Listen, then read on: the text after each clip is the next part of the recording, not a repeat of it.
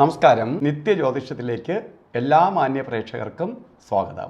ഇന്ന് 2025 ജനുവരി മാസം 26-ാം തീയതി 1200-ാം ആണ്ട് മകരമാസം 13-ാം തീയതി ഞായറാഴ്ച. ഇന്നത്തെ നക്ഷത്രം തൃക്കേട്ട നക്ഷത്രമാണ്. ഉദയ നക്ഷത്രം തൃക്കേട്ട കുറച്ച് നേരമേ ഉള്ളൂ. അത് കഴിഞ്ഞ് അനിഴ നക്ഷത്രത്തിലേക്ക് പോവും.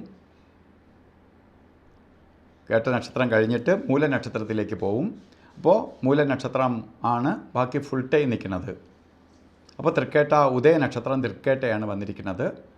അപ്പോൾ തൃക്കേട്ട കൊള്ളൂല എങ്കിലും അന്നത്തെ മുഴു നക്ഷത്രം നോക്കുമ്പോൾ മൂല നക്ഷത്രമാണ്. മൂല നക്ഷത്രം ശുഭനക്ഷത്രങ്ങളിൽ പെടുന്നതാണ്.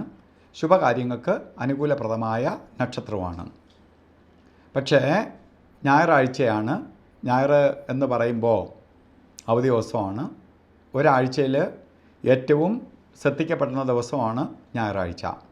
മറ്റത് ഓഫീസിലൊക്കെ പോയി അവിടുത്തെ ടെൻഷനും അസ്വസ്ഥതയൊക്കെ നിലനിന്ന് പോകുമെങ്കിൽ ശരിക്കും ഞായറാഴ്ച വീട്ടിൽ കുടുംബസമേതം ബന്ധുക്കളുമൊത്ത് സുഹൃത്തുക്കളുമൊത്ത് അല്ലെങ്കിൽ മറ്റ് ഫംഗ്ഷനോ കാര്യങ്ങളുമായി സഹപാഠികളുമായിട്ടോ ഒക്കെ ചേർന്ന് പോകുന്ന ഒരു ദിവസമാണ് ഞായറാഴ്ച. അന്ന് നല്ലതല്ലെങ്കിൽ ചിലപ്പോൾ നമുക്ക് പല നഷ്ടങ്ങൾ ആ ദിവസം സംഭവിക്കാനിട വരുന്ന ദിവസവും കൂടിയാണ്. അപ്പോൾ അന്നത്തെ ദിവസം വളരെ ദോഷപ്രദമായ ദിവസം അല്ല. രാവിലെ കുറച്ച് സമയം മാത്രമേ തൃക്കേട്ടേ ഉള്ളൂ. അത് കഴിഞ്ഞാൽ ശരിക്കും പറഞ്ഞാൽ ഉറങ്ങിയൊക്കെ കഴിക്കുമ്പോൾ തൃക്കേട്ടത്തിൽ നിന്ന് മൂല നക്ഷത്രം സ്റ്റാർട്ട് ചെയ്യും. അത് കഴിഞ്ഞ് അങ്ങോട്ട് അനുകൂലപ്രദമായ സമയമാണ്. അപ്പോൾ ബർത്ത്ഡേ വന്നിട്ടുള്ളവർ ബർത്ത്ഡേ കേട്ട കുറച്ച് നേരമേ ഉള്ളൂ. അന്ന് മൂല നക്ഷത്രത്തിന് തന്നെ പ്രാധാന്യം കൊടുത്താൽ മതി. ശരിക്ക് മകരമാസത്തിലെ മൂല നക്ഷത്രത്തിൽ ജനിച്ചവർക്ക് വാർഷിക ഫലത്തെ ചിന്തിക്കുമ്പോൾ ഏറ്റവും നല്ല ഒരു വർഷമാണ്.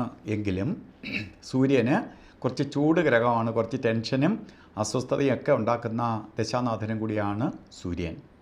അപ്പോൾ സൂര്യനെ നമുക്ക് പ്രീതിപ്പെടുത്തി കൊണ്ടുപോകണം. അതിനുവേണ്ടി ചെയ്യാമെന്ന് പറഞ്ഞാൽ എല്ലാ ദിവസവും സൂര്യഭഗവാനെ രാവിലെ എണീറ്റ് തൊഴുക. അമ്പലത്തിലൊക്കെ പോകുക എന്ന് പറയണ പൊതുവേ നടക്കുന്ന കാര്യമല്ല. പ്രപഞ്ചനാഥനായ സൂര്യനെ എവിടെ നിന്നും ലോകത്തെവിടെ നിന്നും നമുക്ക് പ്രാർത്ഥിക്കാം. ഏത് ദേവനായി സങ്കല്പം ചെയ്തും പ്രാർത്ഥിക്കാം. സൂര്യനിൽ നിന്ന് കിട്ടുന്ന അമൃതകിരണം കൊണ്ട് നമ്മളുടെ ഗ്രഹദോഷങ്ങൾ മാറിക്കിട്ടും. നമുക്ക് വളരെ പുരോഗതിയിലേക്ക് കൊണ്ടെത്തിക്കുകയും ചെയ്യാം. അതുകൊണ്ട് പ്രാർത്ഥന കൂട്ടണം. അമ്പലത്തിലൊക്കെ പോകാൻ കഴിയുന്നവരാണെങ്കിൽ ശിവക്ഷേത്രത്തിൽ പോവുകയും ജലധാരയും മൃത്യുഞ്ജയ അർച്ചനയൊക്കെ നടത്തി പോവുക. അതുപോലെ ഇന്നത്തെ ദിവസം ഞായറാഴ്ച കൂടുതലും നമ്മൾ വൈകുന്നേര സമയത്തൊക്കെ ആയിരിക്കും പുറത്ത് പോവുകയും ഒക്കെ ചെയ്യണത്. അങ്ങനെ പോവുകയാണെങ്കിൽ രാവുകാല സമയം നോക്കി യാത്ര തിരിക്കണം. കലണ്ടറിൽ തന്നെ 4:36 രേഖപ്പെടുത്തിയിട്ടുണ്ടെങ്കിലും 4:36 4:57 തൊട്ട് രാവുകാലം ആരംഭിക്കുകയും 6:23 വരെ രാവുകാല സമയമുണ്ട്. രാവുകാല സമയം ഒരു ശുഭകാര്യങ്ങൾക്കും എടുക്കരുത്. അതേപോലെ തന്നെ ഗുളികകാല സമയം 3:30 തൊട്ട് 4:57 വരെ ഗുളിക കാല സമയവും യമകണ്ഠ കാല സമയം 12:37 തൊട്ട് 2:04 വരെയും യമകണ്ഠ കാല സമയമാണ്.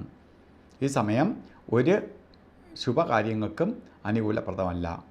അതുപോലെ തന്നെ അഭിജിത്ത് മുഹൂർത്തമുണ്ട്. എല്ലാ ദിവസവും ഉണ്ട്. ഞായറാഴ്ചയും അഭിജിത്ത് മുഹൂർത്തം 12:13 തൊട്ട് 1:01 വരെ 48 നേരം അഭിജിത്ത് മുഹൂർത്തമുണ്ട്.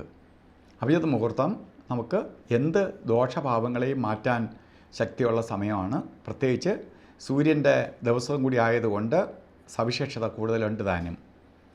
അതുകൊണ്ട് ആ സമയം എന്ത് കാര്യത്തിനും നമുക്കെടുക്കാം. അതുപോലെ ഏതെങ്കിലും കാര്യങ്ങൾക്ക് പുറത്ത് പോവുകയും വീട്ടിൽ നിൽക്കുകയൊക്കെ ചെയ്യുമ്പോൾ വസ്ത്രധാരണത്തിൽ കൂടി ശ്രദ്ധിച്ചോളുക. കാരണം സൂര്യനിൽ നിന്നുള്ള അല്ലെങ്കിൽ അന്നത്തെ ദിവസത്തിൻ്റെ പോസിറ്റീവ് എനർജി മൊത്തം സ്വീകരിക്കാനായിട്ട് നമുക്ക് ഉള്ള വസ്ത്രധാരണം ശ്രദ്ധിക്കുക. താമരപ്പൂവിൻ്റെ കളറോ റോസ് കളറോ അല്ലെങ്കിൽ ചുടുകളിൻ്റെ കളറോ ആയിട്ടുള്ള വസ്ത്രം ധരിക്കുന്നത് ഏറ്റവും ഉത്തമമായിരിക്കും. എല്ലാവർക്കും ഒരു നല്ല ദിവസം ആശംസിച്ചുകൊണ്ട് നിർത്തുന്നു. നന്ദി, നമസ്കാരം.